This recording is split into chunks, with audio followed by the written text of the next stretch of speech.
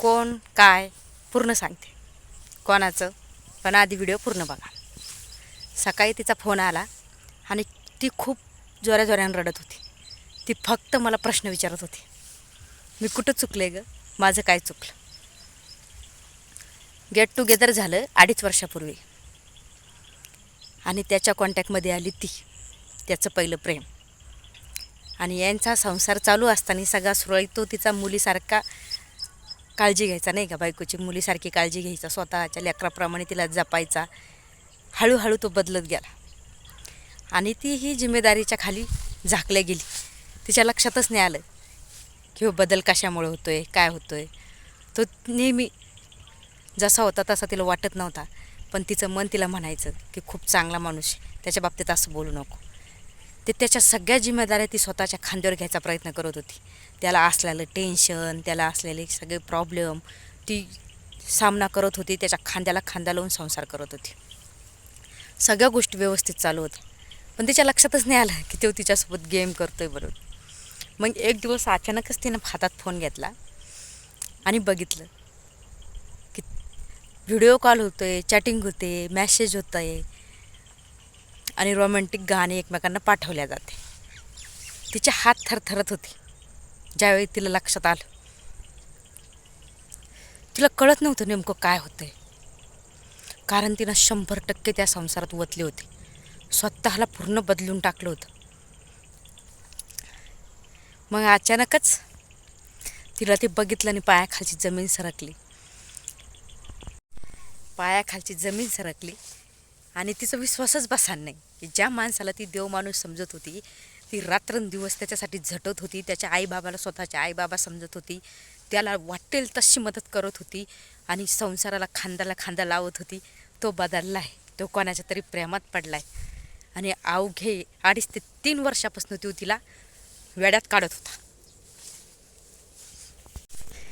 3 वर्षापासून ते कॉन्टॅक्टमध्ये आलेले होते आणि तो तिचा नंबर मुलाच्या नावाने सेव्ह करून बोलत होता आणि येताना सगळी चॅटिंग कॉलिंग डिलीट करत होता. तिचा पहिले तर स्वतःवर विश्वासच बसला नाही की हा असं कसं काय झालं. पण नंतर तिला कळलं की हे खरं आहे, हे सत्य आहे. काही लोकांचे चेहरे आपल्याला ओळखायला येत नाही, पण ते खूप वेगळे असतात. 4 चौघात खूप वेगळे असतात आणि एकांतात असल्यावर ते खूप वेगळे असतात. ती रडत होती, विचारत होती की मी कुठं कमी पडले, माझ्यात काय कमी आहे, का असं केलं असं याला, का माझा विश्वास तोडला असेल.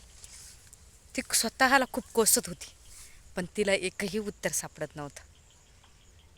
गेट टुगेदर झाल्यापासून कॉन्टॅक्टमध्ये आलेली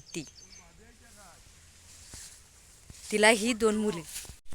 ती विचारत होती मी कुठं कमी पडले, माझ्यात काय कमी आहे, मी आई म्हणून व्यवस्थित नाही आहे का, बायको म्हणून व्यवस्थित नाही आहे का सून म्हणून व्यवस्थित नाही.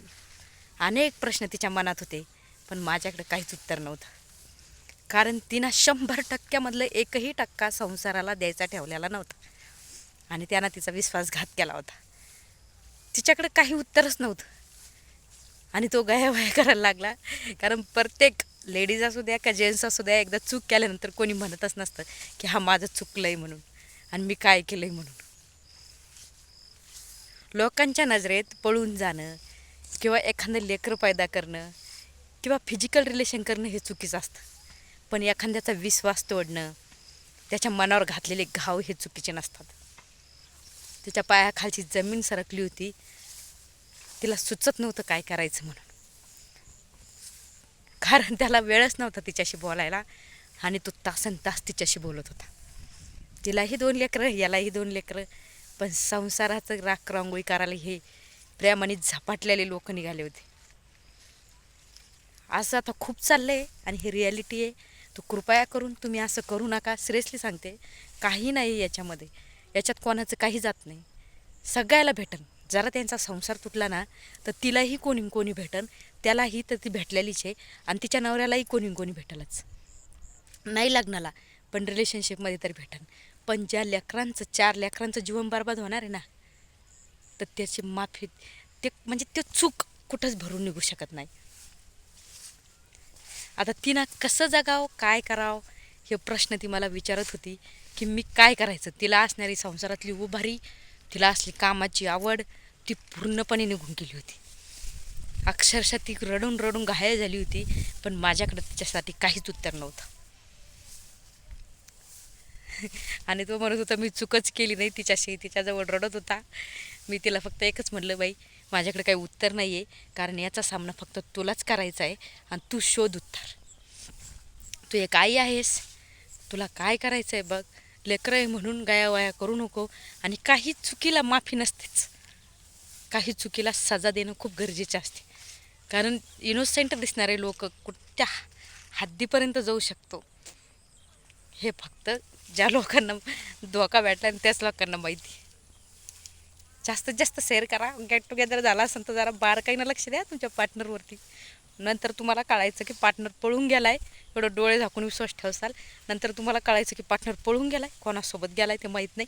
मग तुम्ही जेंट्स असू द्या का लेडीज असू द्या, कारण कसं आहे, आणि लेडीजना तर खास करून 2 पैसे जवळ तरी ठेवा, म्हणजे तो पळून जरी गेला तर उद्याच भीक मागायचा टाईम आपल्यावर येऊ नये. आणि जास्त नाही लक्ष ठेवा, जेणेकरून किती पळून जातील लेकरं तुमच्या भरोश्यावर. कारण लोकांचे आता मेंदू ठिकाणावर राहिलेलं नाही आहे, ते कोणालाही धोका देऊ शकते आणि काहीही करू शकते. आवडल्यास लाईक करा आणि मला नक्की कमेंट करून सांगा की तिनं काय करावं. माझी मैत्रीण होती, तिच्या बाबतीत हे सगळं होतं. खूप जवळची मैत्रीण होती, त्यामुळे खूप त्रास झाला. त्यामुळे आपल्या जीवनात असं होऊ शकतं. त्यामुळे जागृत राहा आणि सतर्क राहा, आणि वेळेवर लक्ष द्या. तो भाग जाएगा बाई, कोई ना कोई तो.